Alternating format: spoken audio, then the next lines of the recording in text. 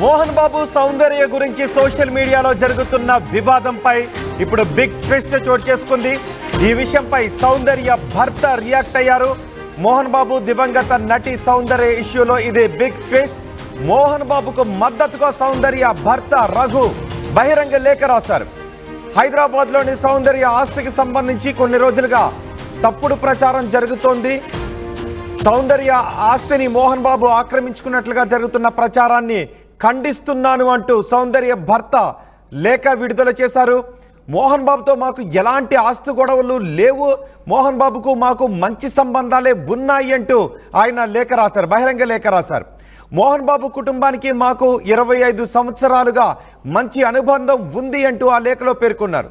మోహన్ బాబును నేను చాలా గౌరవిస్తాను, మేమంతా ఒకే కుటుంబంగా ఉంటాము, మోహన్ బాబు మా ఆస్తిని ఆక్రమించుకున్నారు అంటూ జరుగుతున్న ప్రచారం అంతా కూడా అబద్ధం.